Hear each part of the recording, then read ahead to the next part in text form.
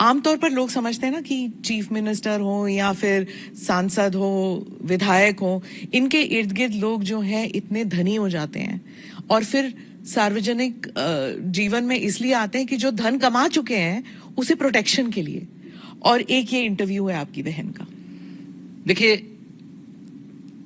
व्यक्ति को कभी भी धन और वैभव संतुष्टि नहीं दे सकती है, और मुझे लगता है कि सबसे बड़ा योगी वह है जो स्वयं की मेहनत से संतुष्ट है, स्वयं के परिश्रम से संतुष्ट है। दूसरों की मेहनत से कुछ प्राप्त करना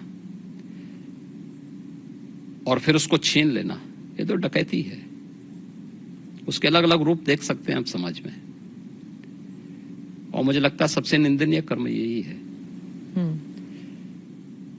और यही अंतर है एक योगी और एक सांसारिक मनुष्य में। एक सांसारिक मनुष्य के बारे में शास्त्रों में कुछ बातें कही गई हैं कि वह त्रुटियां अवश्य करेगा, हमेशा भ्रमित होगा। तीसरा, वह हमेशा उसके मन में दूसरों को धोखा देने की प्रवृत्ति होगी। और चौथी बात उनके लिए जो कही गई है, वह कही गई है कि वह अपनी सीमित दृष्टि से भविष्य का अनुमान नहीं लगा पाएगा। इसलिए जो है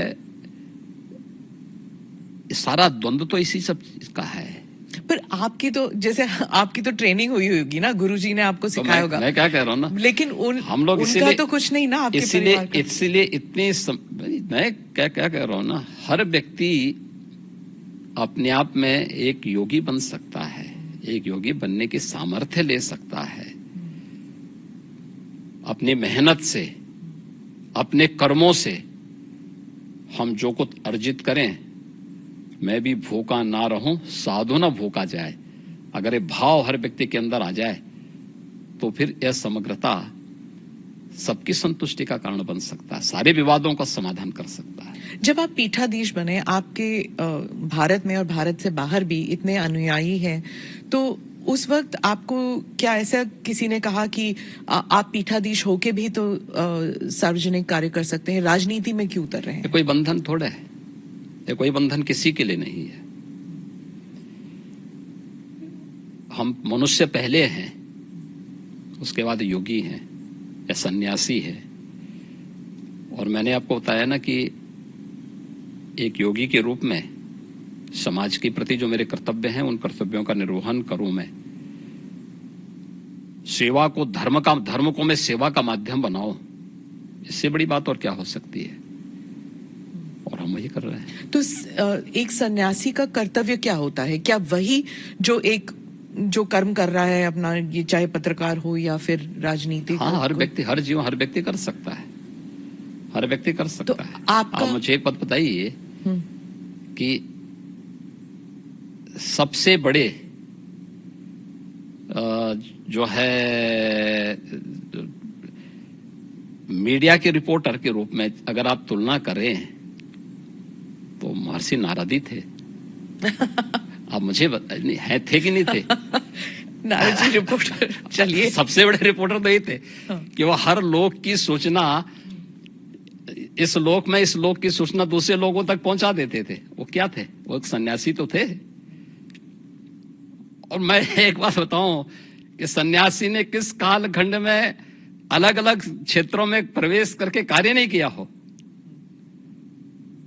मैंने तो पत्रकारिता का उदाहरण आपके सामने दे दिया है, और भी उदाहरण हैं, बहुत सारे ऐसे उदाहरण हैं।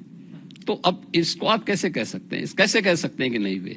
धर्म के बारे में आप कह रहे थे कि it's a way of life, सिर्फ पूजा पाठ के साथ ना जोड़ा जाए, उसे अलग भी देखना चाहिए। एक बार आपने कहा था, लेकिन आपके साथ जैसे आपकी जो वेशभूषा है, इसलिए क्या लोगों ने आपको ये नहीं कहा कि अब आप सन्यासी की वेशभूषा जो है वो अलग कर दीजिए, अब आप राजनीति में जा रहे हैं, संसद में जा रहे हैं? हमारे यहाँ कोई ड्रेस कोड पॉलिटिक्स में नहीं है। ड्रेस कोड इसमें नहीं होता था ना, सफेद पोशाक पहने हुए तो गांधी टोपी पहन लिया तो ठीक है, पहने, उसके अनुरूप आचरण भी करे ना। देखिए, यह वेशभूषा हमारी इसलिए है लोगों की दृष्टि में हमेशा बने रहें और लोग हमारे विचलन पे उंगली भी उठा सकें और विपरीत परिस्थितियों में साथ में खड़े भी हो सकें। और इसीलिए इस प्रकार की वेशभूषा को एक चैलेंज के रूप में स्वीकार किया जाता है हमेशा। कैसे? ये एक दृष्टि भी देती है और साथ साथ व्यक्ति को पतन के गर्त से बचाने के लिए भी उसे हमेशा सचेत भी करती है। और इस दृष्टि से हम लोग हमेशा उसके प्रति कैसे? मैं चैलेंज समझी नहीं कि कैसे चैलेंज इसलिए है क्योंकि जो व्यक्ति इससे पहले जो आपने नेता की परिभाषा की है उस वेशभूषा में रहते थे, उनके कर्मों को भी दुनिया जानती है। दुनिया ने उस सब कुछ देखा है, अपनी आंखों से देखा है। और हमारे सामने भी चैलेंज है कि हमें अपने आप को परफॉर्म करके साबित करना है, जिससे हमारी पार्टी को, हमारे नेतृत्व को और हमारे इस बाना को भी कटघरे में न खड़ा होना पड़े।